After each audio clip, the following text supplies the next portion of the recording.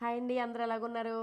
అంటే చాలామంది మెసేజ్ చేస్తున్నారండి. అంటే మీరింత హ్యాపీగా ఎలా ఉంటారు? అంటే మీరు హెల్తీగా ఎప్పుడు గ్లోయింగ్‌గా ఉంటారు కదండీ! ఎలాగని అడుగుతున్నారు. అవునా?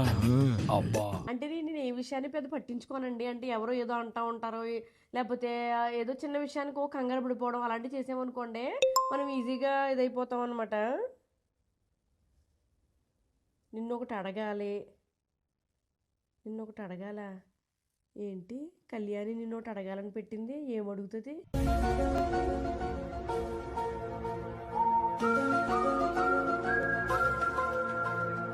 కళ్యాణి గురించి అంటేని కొంపతీసి వంటలు సరిగా వండదు, దరిద్రంగా వండుతుందని పక్కన పార్వతితో చెప్పాను.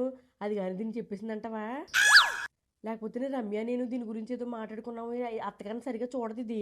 ఆ విషయం చెప్పాను కదా, కొంపతీసి వాళ్ళ అత్తగారు దీనికి కానీ ఫోన్ చేసి అవన్నీ చెప్పేసిందా? వీళ్ళిద్దరు గొడవాడేసుకున్నారంటవా? అయ్యి బాబోయ్! లేకపోతే సిరితోటి ఏదో అన్నాను. ఏమో ఇది మామూలుది కాదు, వాళ్ళ ఆయన ఇంట్లో పెట్టి కూడేస్తుందంట అని చెప్పాను. అది కానీ చెప్పేశారంటవా? ఛీ! ఎందుకురా నీకు ఈ ఏసు బతుకు? ఛీ! పిల్లల్ని స్కూల్కి పంపడానికి కూడా పొద్దునే లెగదు ఇది. ఇవన్నీ మాట్లాడుకున్నాం కదా, అది కానీ తెలిసిపోయిందంటవా దీనికి? ఏం అడుగుతానంటుంది? ఇంకేం చేసింది దీని గురించి? అమ్మో, లేకపోతే నా గురించి ఏమైనా తెలిసిందా దీనికి? ఏం చెప్పాలనుకుంటుంది? ఇది తెలుసుకునేదాకా నాకు కంగారు ఎత్తిపోద్దు ఇప్పుడు. ఏం జరిగిందంటారు? అయ్య బాబోయ్!